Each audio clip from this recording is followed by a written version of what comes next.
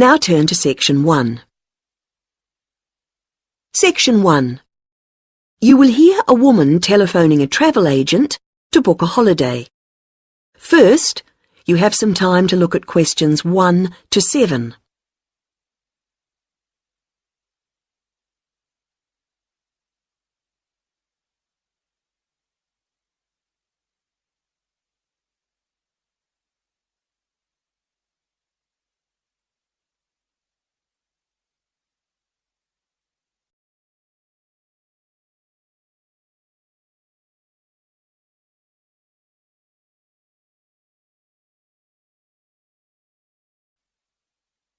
You should answer the questions as you listen, because you will not hear the recording a second time.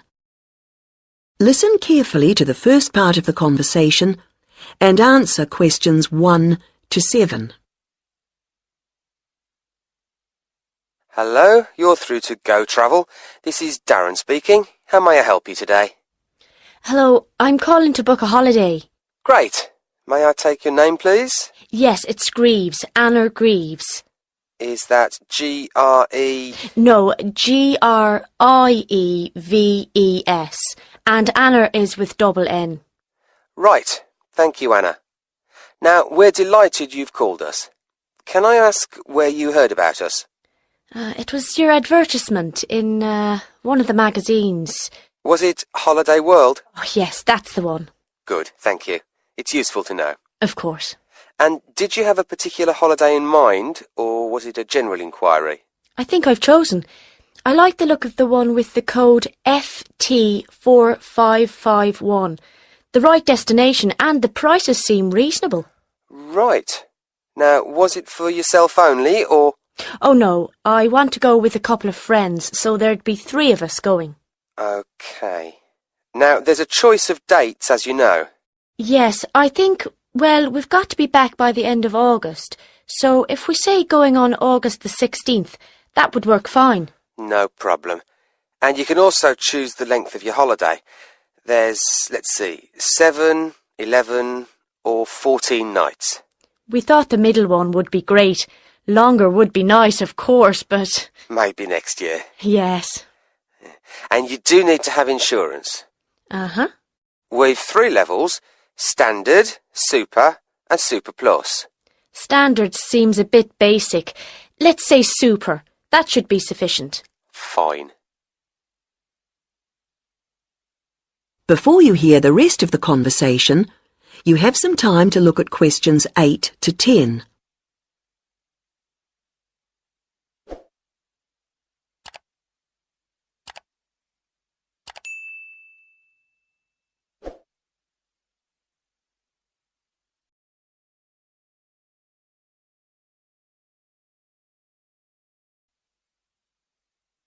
Now listen and answer questions 8 to 10.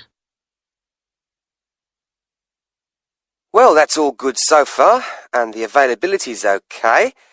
Have you looked through the list of options? They're in the advertisement. I have, and I've got the list here. Some of them do seem a good idea. Which ones would you like to take? In terms of the hotel, the offer of picnic lunches, we'd leave that. We'd rather go to cafes. I think a balcony for the room is a must. It's so nice to sit out, enjoying the view. Oh, yes. And then the trips. I think we'll pass on the night bus one. I never really enjoy the commentaries. And museums aren't really my sort of thing, to be honest, any more than dances. Uh-huh. But I like practical things, so I think the demonstration of local arts could be fun. Yes, I would think so. And then in terms of getting out of town, going up the river on a boat sounds delightful, and I wouldn't want to miss that. But the mountains, well, sitting in a coach on those winding roads... I understand. OK, well, that's all I need for the booking at this point. Just a few details for you, and then we'll check the payment.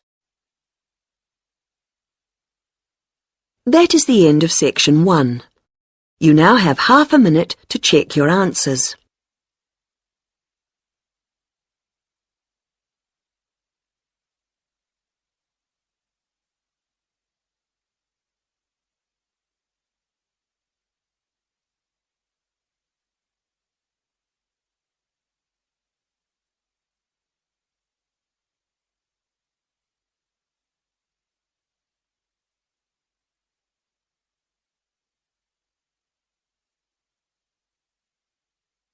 Now turn to Section 2. Section 2. You will hear a talk about Runwell, a charity that raises money by organising running races. First, you have some time to look at questions 11 to 17.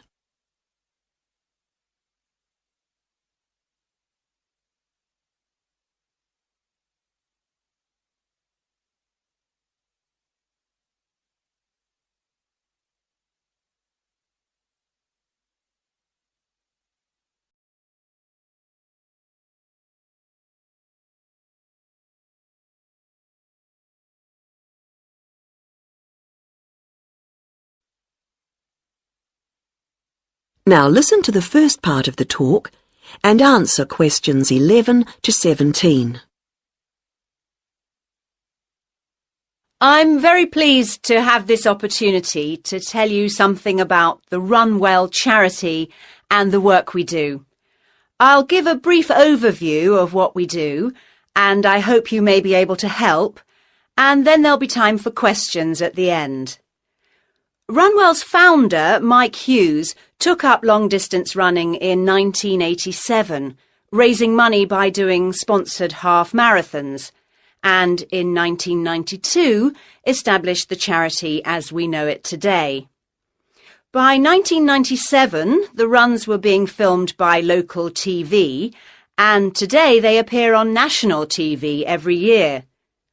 All the funds collected by Runwell go to the hospital, with the idea that those fit enough to run use their energy to assist the provision of people who are unwell for whatever reason. Now, if you want to race, and I assume that's why many of you are here, let me explain a couple of the basics. Races are run by teams, so you need to form and register a team.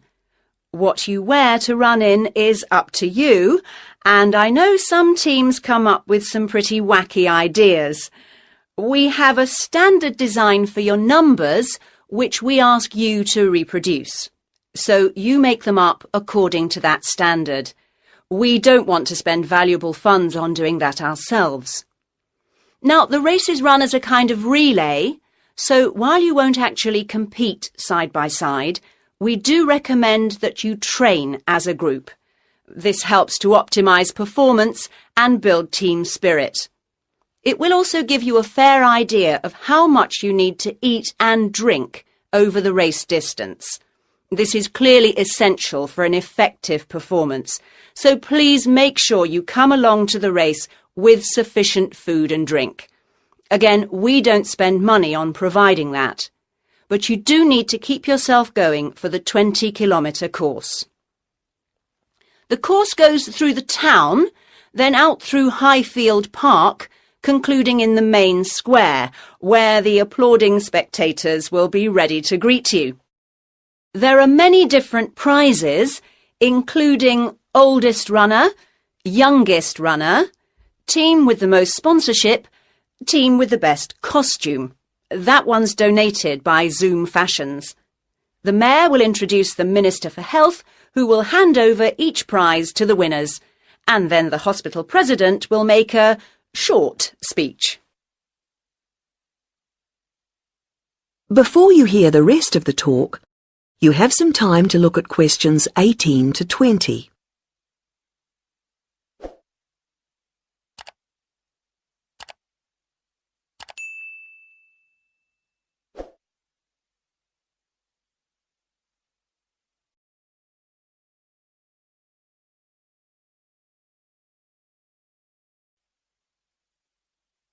Now listen and answer questions 18 to 20. OK, that's the big race. But I know there are many people who don't feel they are up to running a 20-kilometre race, but who would nevertheless like to raise money for Runwell. Over the years, we've had experience of many ways of trying to collect money, some very successful, others less so. Now, of course, 20 kilometres is too far for children to run. But there was a sponsored swimming event at the local school last year, and that did very well. People have also tried to organise food-based events, such as selling homemade cakes and bread and so on at the market. And there was a large picnic arranged in 4 bright gardens, although these events failed to justify the efforts put into them, though I'm sure they were very tasty. These days, so many people are out at work all day that going from house to collect money isn't very effective. But it is possible to raise useful funds by selling small promotional items, such as badges with the Run Well motif on them. We're currently checking to see if postcards, perhaps showing the race's winners each year, might also be a good idea or not. We do appreciate the efforts that have gone into selling second-hand goods, but to be honest, the returns have not been very high on this. One very dedicated group organised a team quiz recently, which went very well, and it would be good to see more such activities. There's also been talk of a concert, but we'll have to see how plans for that progress. Now, are there any questions at this stage? That is the end of section 2. You now have half a minute to check your answers.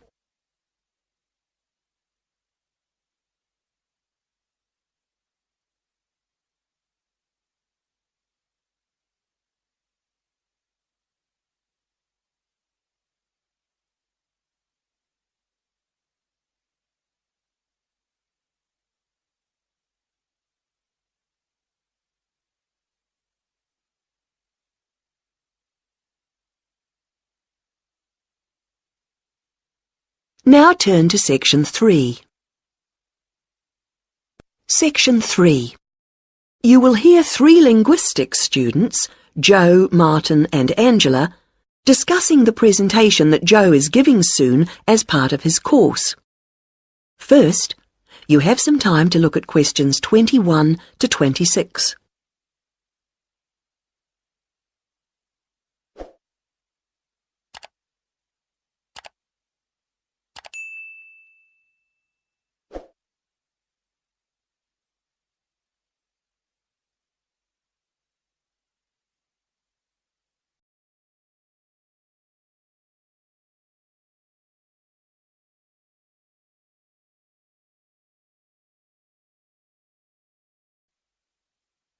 Now listen to the first part of the conversation and answer questions 21 to 26.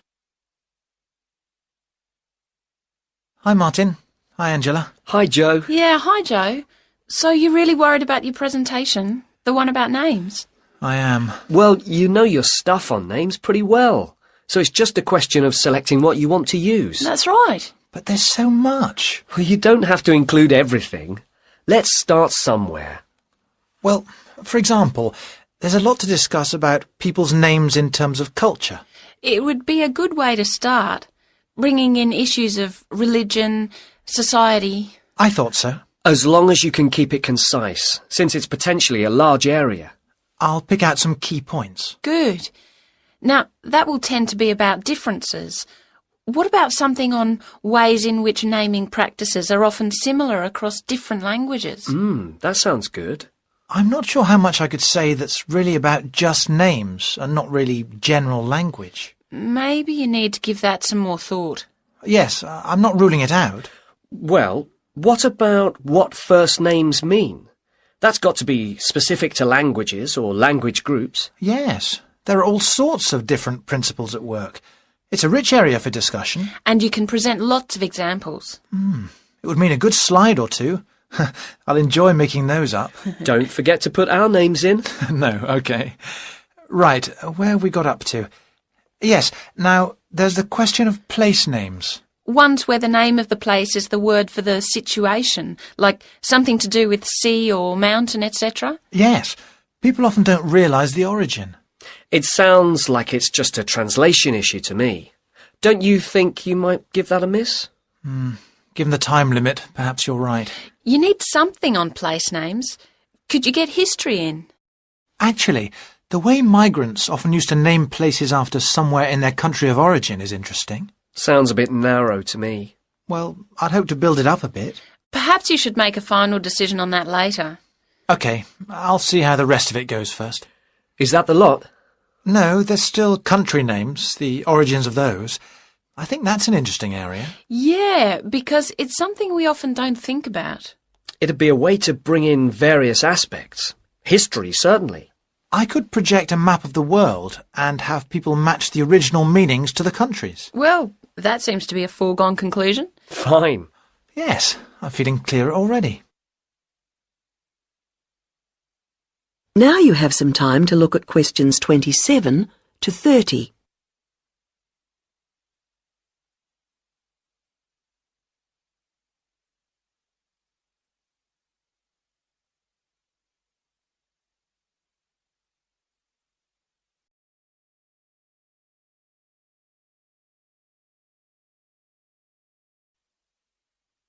Now listen to the rest of the conversation and answer questions 27 to 30. You know, there's another aspect that I think I'll cover. Yes? Brand names. Isn't that more to do with business studies? Well, international companies are finding it increasingly important to have brand names that can be used in many different countries. Oh, so they can advertise the same product everywhere? Yes, and it seems that brand names are very special in our brains. How so? Well, there was a research study recently, carried out on a group of about 50 students. They showed them 108 words, and the students had to say whether they recognised them as real words or not. The list included, all mixed up, ordinary nouns, brand names, and meaningless words, and they were shown all the words quickly. And the brand names seemed to be recognised strongly and in the emotional right-hand side of the brain. It was interesting that the brand names were recognised more readily if they were displayed in capital letters rather than lowercase, something which doesn't apply to normal words. How strange. What else did the researchers find out? Of course, it's a relatively small study, but they suspect that other visual features are at play, and so that, for example, colour has a major effect in helping us to store brand names in a special way in our brains. I suppose that's logical. But what they mean by a special way?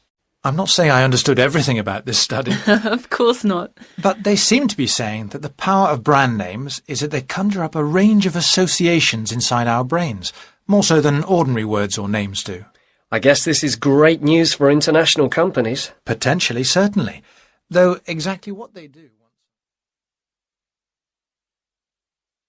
That is the end of section 3. You now have half a minute to check your answers.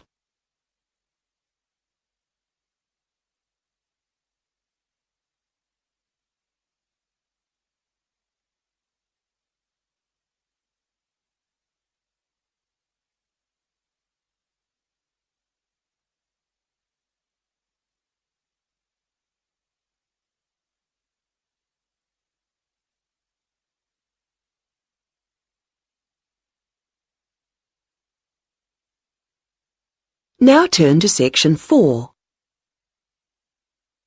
Section 4. You will hear part of a lecture about balloons and airships. First, you have some time to look at questions 31 to 40.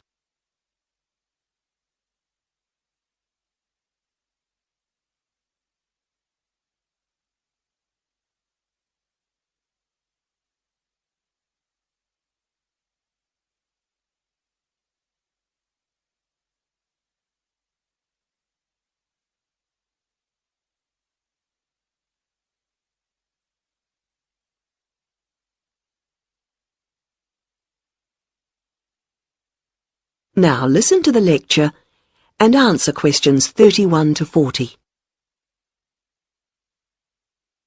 Now, balloons and airships are worth consideration because while on the one hand they represent humans' first successes at air flight, after centuries of less than successful theory and experimentation, they also, on the other hand, continue to be used today.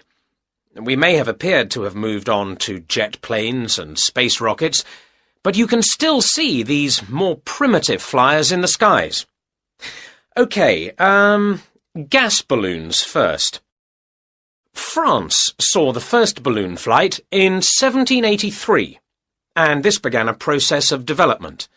By 1862, in the Civil War in the United States, we find Thaddeus Lowe replacing spies with balloons to go behind enemy lines. The success of this led to the continued use of balloons in peacetime, and they were employed in the creation of maps. And such applications continue to this day, with balloons assisting in increasing our knowledge and understanding of the world we live in. Unmanned balloons are still widely used to collect data to inform scientific research of various kinds. You'd be surprised at how much they contribute. All sorts of instruments can be mounted in a balloon, and ongoing investigations into climate benefit from the information that can be gathered from a flight. Well, that's gas balloons.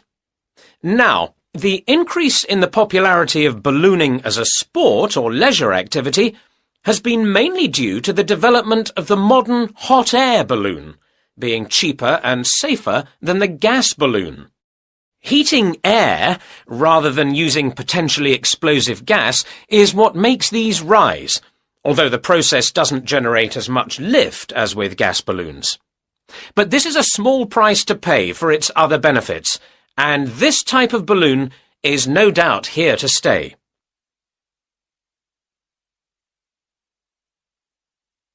Airships are also fairly old in their origins. The idea for a balloon that could be powered and steered was first published in France in 1784, although 1852 was the date of the first successful airship flight.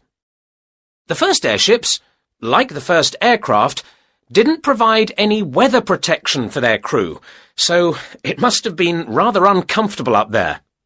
But designs continued to develop in sophistication.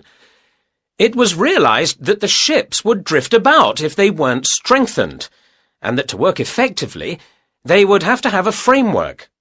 Once designs started incorporating this, flights became longer and more reliable. Airships were deployed for various uses in the First World War, and once peace returned, designers began to turn their attention to ambitious plans for regular intercontinental flights. However, in the 1930s, this program more or less came to an end. For one thing, the speed and popularity of airliners meant that the airship appeared superseded. They just couldn't compete. And as if that weren't enough in itself, another factor in the decline of the airship was an alarming number of crashes, and this, of course, put people off. Nevertheless, several countries have continued to build smaller airships for various uses, such as naval observation or publicity purposes. In fact, their popularity seems set for a slight revival, and in the past few years there has been renewed attention paid to the possibility of using them to transport cargo. Who knows? Maybe the 21st century will be the age of the airship. Now, if you look at your handouts, you'll see that I've included some information. That is the end of section 4. You now have half a minute to check your answers.